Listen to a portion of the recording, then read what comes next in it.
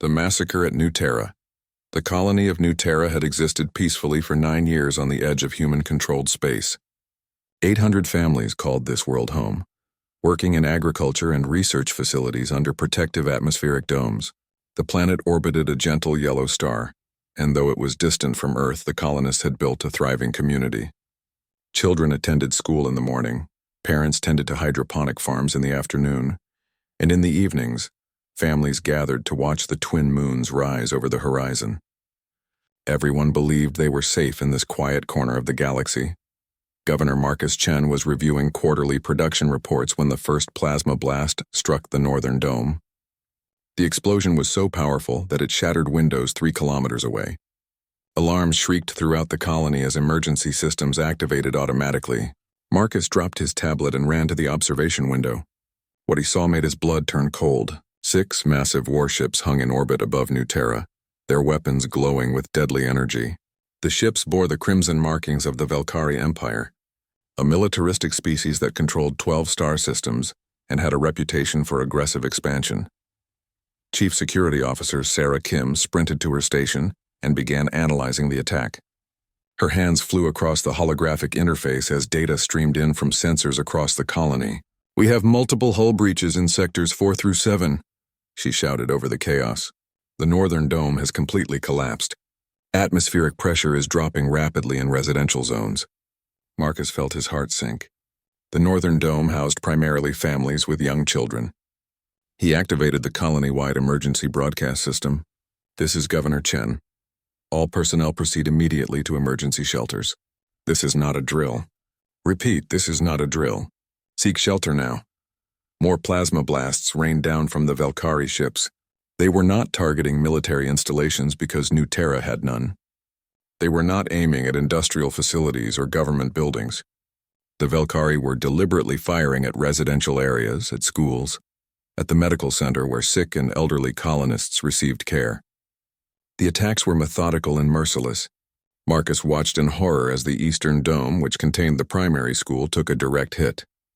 The structure held for 3 seconds before the reinforced glass shattered. Atmosphere rushed out into space with a sound like a scream. Everyone inside had no chance to reach emergency suits or escape pods. The bombardment continued for 47 minutes. When the Valkyrie ships finally stopped firing and jumped back into hyperspace, 319 people were dead. 112 of them were children under the age of 15. The survivors huddled in underground shelters, listening to structural alarms warning of failing life support systems. Medical teams worked frantically to treat the wounded, but supplies were limited and injuries were severe. Dr. Rachel Foster moved through the crowded shelter, doing what she could with limited resources. She had been a colonist for 6 years and knew most of these people by name. Now she was treating burns and radiation poisoning in children she had watched grow up.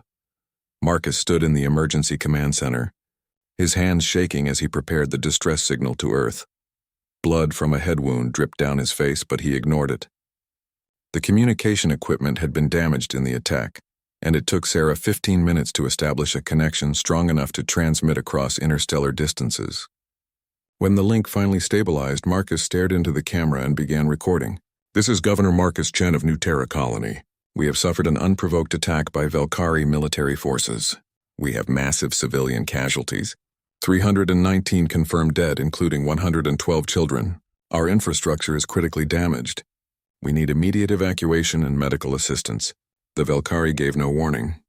They did not issue demands or declarations. They simply opened fire on civilian targets. "We are defenseless. Please help us." The message would take 6 hours to reach Earth due to the vast distance between the colony and humanity's homeworld. 6 hours while the survivors tried to repair life support systems and dig through rubble, searching for anyone who might still be alive. Sarah coordinated rescue teams while Marcus attempted to contact the Galactic Council. The Council was an ancient organization that supposedly maintained peace and order among the 300 species that belonged to it. Humanity had joined the Council only 15 years ago, and the relationship had been difficult from the start. Older species treated humans as inexperienced newcomers who needed constant guidance and restrictions. After 2 hours of trying, Marcus finally reached a council representative. The holographic image showed a Thraxian diplomat, a species known for bureaucratic procedures and elaborate protocols. Governor Chen, the representative said in a tone that suggested mild annoyance at being disturbed. What is the nature of your communication?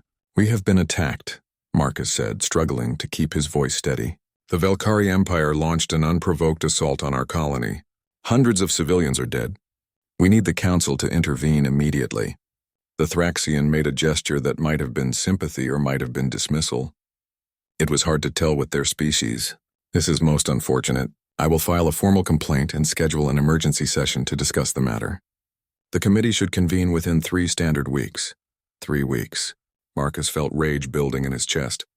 In 3 weeks, most of the survivors would be dead from failing life support or lack of medical supplies. We do not have 3 weeks, he said through clenched teeth. We need help now. The Thraxian's expression did not change. The Council has established procedures that must be followed. These procedures exist to ensure fair and balanced responses to all conflicts. I understand your distress, but patience is required. Marcus ended the transmission before he said something that would make the situation worse. He turned to Sarah, who had been listening to the conversation. The Council is not going to help us, he said quietly. Sarah's face hardened. Then Earth will have to help itself.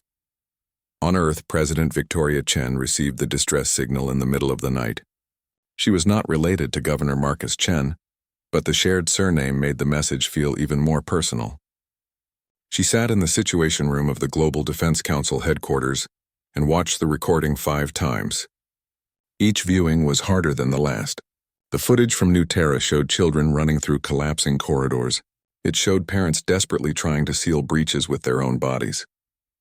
It showed the methodical way the Valkyrie ships targeted the most vulnerable areas of the colony. Admiral James Wright arrived at the Situation Room within 20 minutes of being summoned. He was followed by General Catherine Torres and Minister of Intelligence David Park. All 3 had seen the footage before entering the room, and all 3 looked like they wanted to break something. We need to respond immediately, James said without preamble.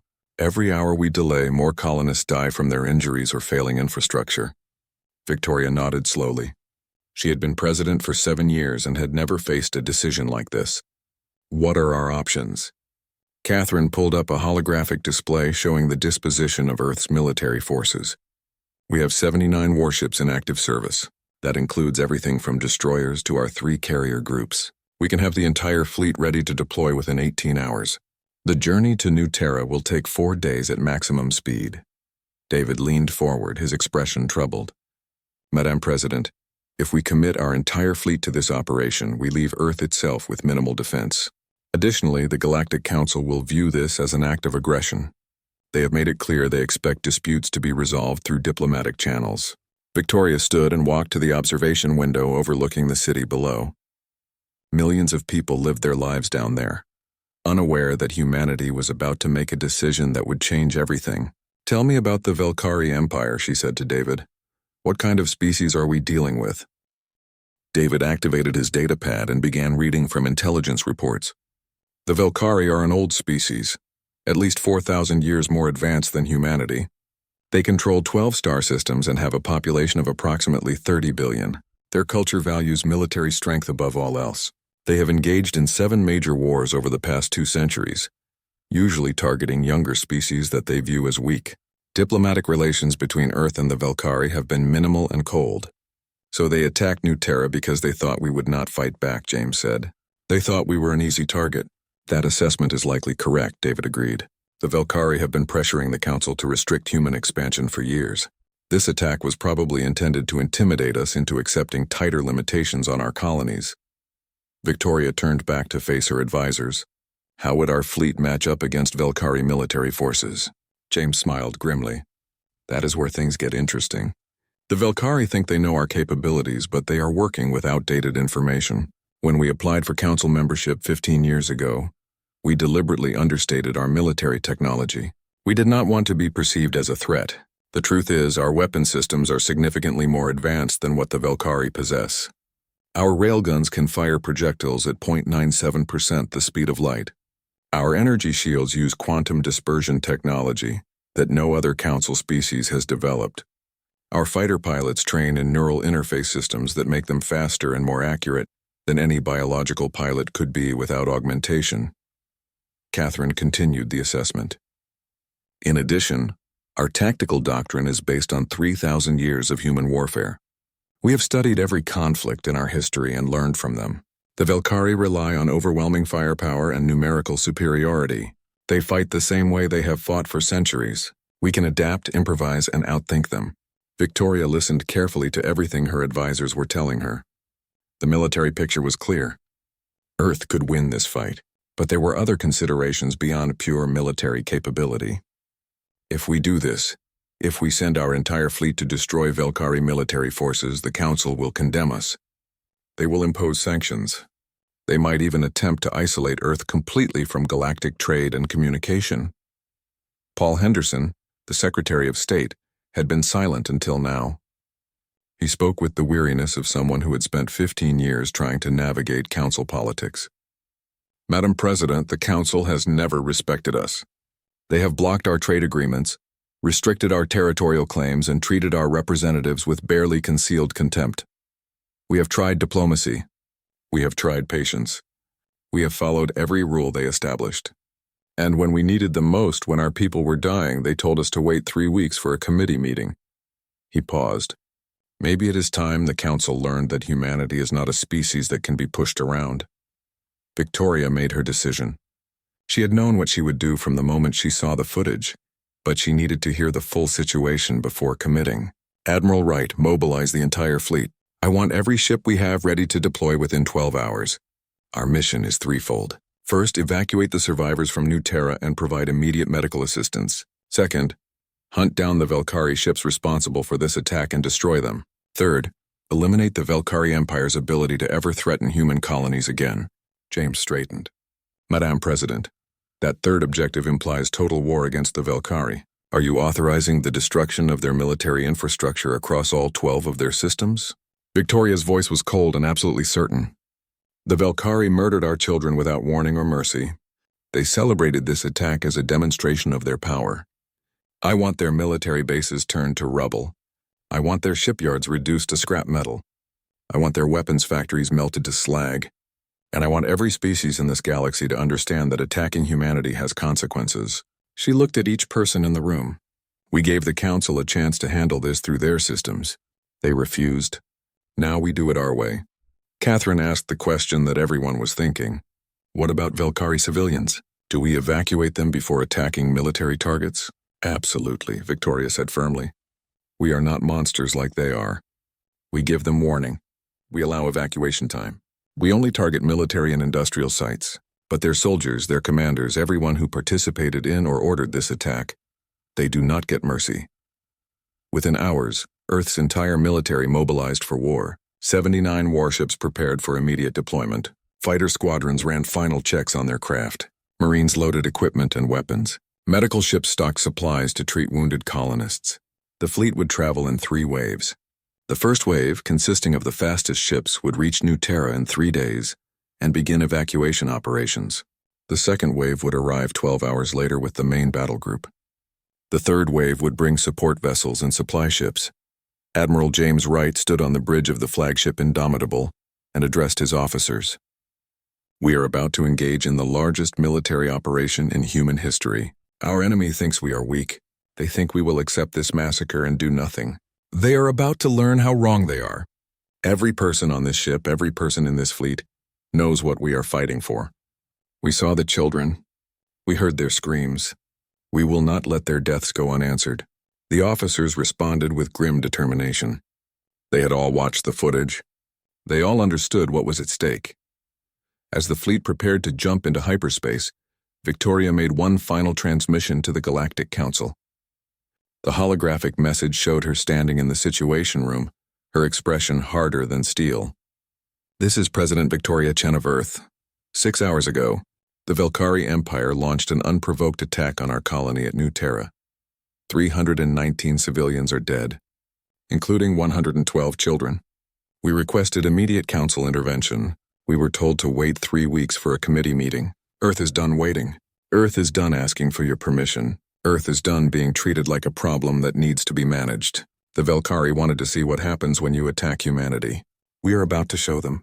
And when this is over, every species in this council will understand that human lives matter, that our children matter, that we will protect our own with or without your approval.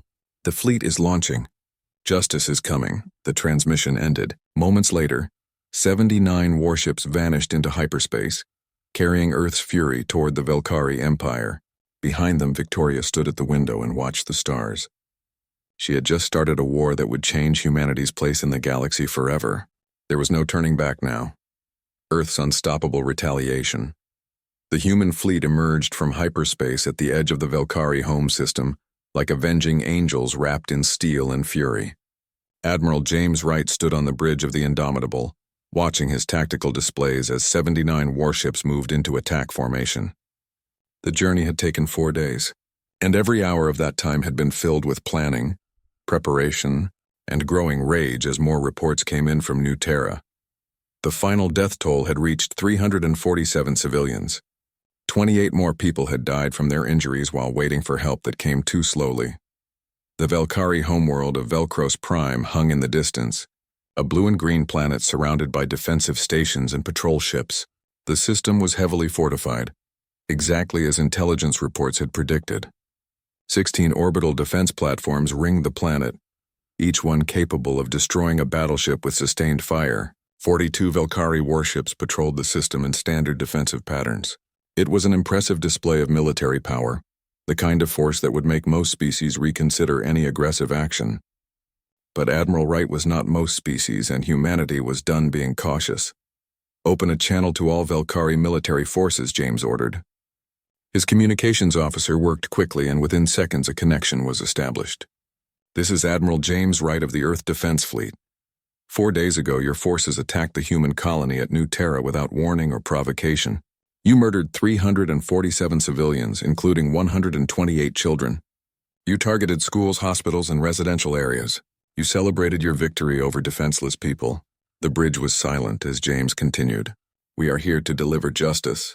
All Velkari military personnel have 1 hour to evacuate civilian areas. After that time, we will destroy every military installation, every weapons factory, every shipyard, and every defensive platform in this system. Non-combatants will be allowed to leave safely. This is your only warning." The response came quickly from Velkari Supreme Commander Thravix, whose image appeared on the view screen. The Velkari were a reptilian species with dark green scales and eyes that glowed with amber light. Thravix wore elaborate armor decorated with medals from dozens of campaigns. His expression showed contempt and amusement. "You dare threaten the Velkari Empire? We have conquered civilizations that existed before your species learned to make fire. Your pathetic fleet will be destroyed, and we will finish what we started at your colony. We will burn every human world until your species learns its proper place." James had expected this response. The Velkari culture valued strength and viewed compromise as weakness. They would never back down from a direct challenge, which was exactly what he was counting on. "Very well," James said calmly. "You have made your choice. All ships weapons free. Execute Attack Plan Alpha." The human fleet surged forward with coordinated precision that came from months of intensive training. The first wave consisted of 20 fast destroyers equipped with electronic warfare systems. They accelerated to incredible speeds, their engines pushing them faster than the Velkari sensors could track accurately. As they closed the distance, these ships unleashed a barrage of specialized missiles designed to disrupt enemy communications and targeting systems. The Velkari defensive network, which had worked perfectly for 200 years, suddenly went dark. Commanders shouted orders that their ships never received. Targeting computers locked onto phantom signals while real threats went undetected. The second wave hit while the Velkari were still trying to restore their systems. 30 human battleships, each one armed with railguns that could fire solid metal projectiles at nearly the speed of light, opened fire from maximum range. The results were devastating. Velkari shields, designed to deflect energy weapons and conventional missiles, were useless against kinetic rounds moving at such extreme velocity. The first orbital platform exploded 3 seconds after being hit. Metal and debris scattered into space as the massive structure broke apart. The second and third platforms lasted only slightly longer. Velkari patrol ships attempted to intercept the human fleet, but they were outmatched in every category that mattered. Human fighters launched from carrier groups and swept through the Velkari formations like sharks through a school of fish. Lieutenant Commander Sarah. Mitchell piloted her fighter through a swarm of Valkyrie interceptors with practiced ease. Her neural interface connected her thoughts directly to the ship's controls, allowing her to react faster than any biological pilot using manual systems. "Enemy on your 6, her wingman called over the comm. Sarah rolled her fighter inverted and pulled into a climb that would have killed an unaugmented human from the G-forces involved. Her targeting computer acquired the Valkyrie ship, and she fired a burst from her pulse lasers. The enemy interceptor exploded in a ball of flame. "Fox 2 splash 1 bandit," she reported, moving to engage the next group. All around her, human pilots demonstrated the superiority of their training and technology. The Valkyrie fought with courage, but courage alone could not overcome the tactical and technical advantages the humans possessed. On the Indomitable's bridge, Tactical Officer Commander David Park tracked the battle's progress. "Sir, we have destroyed 8 orbital platforms and 23 enemy ships. Our losses are 0 vessels destroyed, 3 fighters with minor damage. The Valkyrie are attempting to regroup near their shipyards." James studied the tactical display. The Valkyrie shipyards were massive orbital constructs where new warships were built and maintained. Destroying them would cripple the Empire's ability to replace combat losses. "Send this message to the shipyards. All civilian workers have 30 minutes to evacuate. After that, we are destroying the facilities. Make sure they understand we are serious." The transmission went out, and this time the Valkyrie listened. Hundreds of small transport craft began fleeing the shipyards, carrying engineers and construction workers to safety on the planet below. Admiral Wright watched the countdown timer. He felt no satisfaction in what was about to happen, only grim necessity. The Valkyrie had forced this confrontation through their own actions. They had chosen violence against civilians, and now they were learning that such choices had consequences. When the 30 minutes expired, James gave the order. "All batteries target the shipyards, fire at will." The human fleet unleashed a devastating bombardment. Railguns fired continuously, their projectiles punching through the shipyard's structural supports. Energy weapons cut through metal like paper. Missiles slammed into reactor cores and fuel storage tanks. The shipyards, which had been building Valkyrie warships for 300 years, came apart in massive explosions that lit up the darkness of space. Supreme Commander Thravix watched from his command center on the planet's surface as humanity systematically dismantled his empire's military power. His officers stood in shocked silence, unable to comprehend what they were seeing. "How is this possible?" Thravix demanded. "Our intelligence reports said the humans were barely capable of defending their own system." "They lied," his intelligence officer said quietly. "They deliberately understated their capabilities when they joined the Council. Our entire assessment of their military strength was based on false information." Thravix slammed his clawed fist on the console. "Then get me accurate information now. What are their true capabilities?" The officer pulled up data from the ongoing battle. "Their weapons technology is at least 50 years more advanced than ours. Their ships are faster and more maneuverable. Their pilots train in neural interface systems that give them superhuman reaction times. Their tactical coordination is perfect." "We are not fighting a young species, Commander. We are fighting an opponent who has been preparing for this exact scenario." The battle for the Valkyrie home system lasted 6 hours. When it ended, all 16 orbital defense platforms were destroyed. The shipyards were reduced to scattered debris. 42 Valkyrie warships had been eliminated, with only 9 managing to escape into hyperspace. Human casualties were remarkably light: 5 fighters destroyed and 1 destroyer with moderate damage. The disparity in losses was so extreme that military historians would later study the battle as an example of how technological and tactical superiority could overcome numerical advantages. But Admiral Wright was not finished. The Valkyrie Empire controlled 12 star systems, and justice required visiting each one. The human fleet split into 4 task forces, each one assigned to specific Valkyrie systems. They moved with the precision of a surgical strike team, jumping into each system, broadcasting evacuation warnings, then systematically destroying military targets. Weapons factories were melted into slag. Military academies were leveled. Command centers were reduced to craters. But true to President Chen's orders, the humans gave civilians time to evacuate and only struck military and industrial targets. Not a single human weapon was fired at residential areas, schools, or hospitals. The contrast with the Valkyrie attack on New Terra could not have been more stark. At the Galactic Council, emergency sessions convened around the clock as representatives watched the human offensive with growing alarm. The council chamber, usually a place of careful debate and measured responses, erupted into chaos. Ambassador Thorian of the Krelix Federation demanded immediate action. The humans must be stopped. This level of military aggression cannot be tolerated. They are destroying an entire empire. Ambassador Zhou Wei of Earth stood at the human delegation's position, her expression calm despite the shouting around her. The Valkyrie destroyed our colony and murdered our children. Where was this concern when our people were dying? Where were these emergency sessions when we needed help? The council arbiter, an ancient being from the Ithros collective named Elder Morath, raised one crystalline appendage for silence. Ambassador Zhou, the council acknowledges that the Valkyrie attack was a violation of established laws. However, your species' response has been disproportionate. You are not simply defending yourselves. You are systematically eliminating the Valkyrie Empire's ability to function as a sovereign power. Zhou's voice remained steady. The Valkyrie demonstrated that they cannot be trusted to exist as a military power. They attack civilians without provocation. They celebrate the murder of children. We are ensuring they never have the capacity to repeat such actions. That is not disproportionate. That is practical. Ambassador Velrith of the Thraxian Dominion spoke up. His species had been among those who consistently blocked human expansion in council votes. Your actions set a dangerous precedent.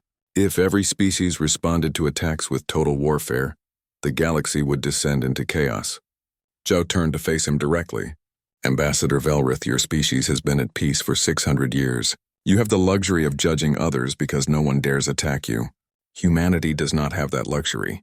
We are a young species surrounded by empires that view us as inferior. The Valkyrie attacked us to test whether we would fight back. If we had responded with half measures and diplomatic protests, we would have marked ourselves as easy targets. Every aggressive species in the galaxy would have lined up to take their turn. The truth of her words hung in the chamber. Several ambassadors who had been preparing to condemn Earth fell silent. They remembered their own species' histories, the wars they had fought for survival, the enemies they had crushed to ensure their people's safety. Elder Morath spoke again, his ancient voice carrying weight that few dared to challenge. The humans make a valid point. The Council failed to respond appropriately to the Valkyrie aggression. Our procedures, designed to prevent hasty action, instead prevented any action at all. Perhaps we have become too comfortable in our stability, too willing to sacrifice the interests of younger species to maintain our convenience. Back in Valkyrie space, Supreme Commander Thravix finally accepted reality. His empire was being systematically destroyed, and he had no way to stop it. The human fleets moved through his systems like unstoppable forces of nature. Every defensive position was overwhelmed. Every counterattack was defeated. The proud Valkyrie military, which had conquered 7 species and never known defeat, was being crushed by an opponent they had dismissed as weak and inexperienced. Thravix opened a communication channel to Admiral Wright, his pride finally broken by the weight of his empire's losses. "Admiral Wright," Thravix said, his voice heavy with defeat. "I am prepared to discuss terms of surrender." James regarded the Valkyrie commander without sympathy. "You are prepared to surrender now that your military is destroyed and your shipyards are burning. Where was this willingness to talk when you were bombing our colony?" Thravix's scales had lost their vibrant color. "It was a mistake. Our intelligence failed us. We believed you would not respond with such force, so you attacked us because you thought we were weak," James said coldly. "You murdered children because you believed there would be no consequences. Now you want mercy because you realize you were wrong about us. What do you want from us?" Thravix asked. "What will it take for you to stop this destruction?" James leaned forward. "Here are Earth's terms. The Valkyrie Empire will dismantle all remaining military installations. Your fleet will be reduced to system defense ships only. No vessels capable of interstellar travel. You will pay reparations to the families of New Terra victims. You will surrender all officers involved in planning and executing the attack for trial, and you will broadcast a full confession to every species in the Council, admitting what you did and accepting responsibility." Thravix flinched at each requirement. "These terms will destroy us as a power in the galaxy." "That is the point," James replied. "You wanted to destroy our colony to demonstrate your strength. Now you get to demonstrate what happens when you fail. You have 6 hours to accept these terms. If you refuse, we continue operations until there is nothing left of your military infrastructure. The 6 hours passed in tense silence. Velkari leadership argued among themselves, some wanting to fight to the last ship, while others recognized that continued resistance would only bring more destruction. Finally, Thravix transmitted his acceptance. The Velkari Empire agrees to your terms. We surrender unconditionally. James received the transmission and immediately ordered all human forces to cease offensive operations. Secure all positions and maintain defensive readiness, he commanded. We are not leaving until we verify compliance with every term. The human fleet settled into occupation positions around key Velkari worlds, their presence a constant reminder of what had happened.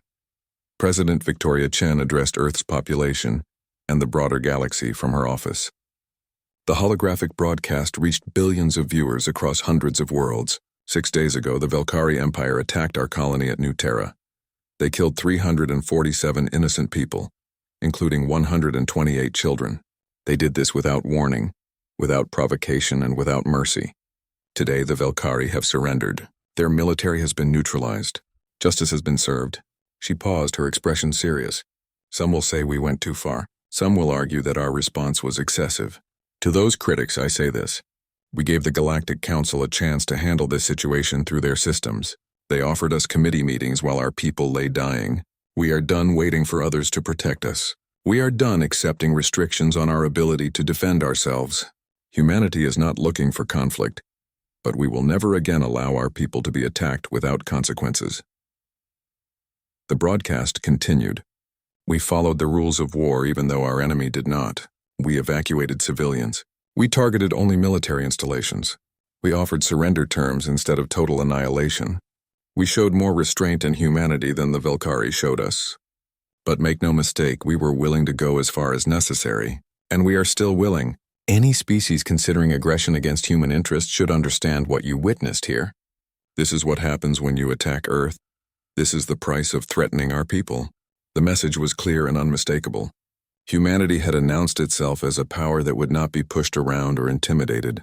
The young species that had joined the Council 15 years ago had revealed capabilities that shocked the galaxy. In the weeks that followed, the political landscape shifted dramatically. The Galactic Council, faced with evidence of their own failure to respond appropriately, implemented reforms to their emergency response procedures. Several species that had previously dismissed humanity began requesting diplomatic meetings and trade agreements. The Velkari Empire, once a regional power, became a cautionary tale told across the galaxy. Their military was dismantled, their leaders faced trial, and their territory was placed under council supervision. The survivors of New Terra were evacuated to a new colony world where they could rebuild their lives away from the memories of tragedy. Admiral Wright stood on the bridge of the Indomitable as the fleet prepared to return to Earth. His officers had performed brilliantly, executing complex military operations with precision and discipline. But James took no joy in the victory. Too many people had died on New Terra. Too many families had been destroyed. The war had been necessary, the response proportional to the crime. But it was still a tragedy that could have been avoided if the Velkari had chosen differently. Commander Park approached with the final casualty reports. Sir, total human losses across all operations were 43 personnel. Velkari military losses exceeded 70,000. Their industrial capacity is reduced by 87%. We achieved every objective. James nodded slowly. Make sure those 43 names are never forgotten. They died protecting humanity's right to exist without fear. That matters more than any tactical victory. The fleet jumped into hyperspace, leaving behind a galaxy that would never underestimate humanity again. Earth had proven itself willing and able to defend its interests with overwhelming force. The species that attacked humans had learned a harsh lesson, and every other species in the galaxy had learned it too. Humanity was no longer a young species to be managed and controlled. They were a power to be respected and, if necessary, feared. The massacre at New Terra would be remembered, but so would Earth's response. Justice had come, delivered with precision and fury, and the galaxy would never be quite the same.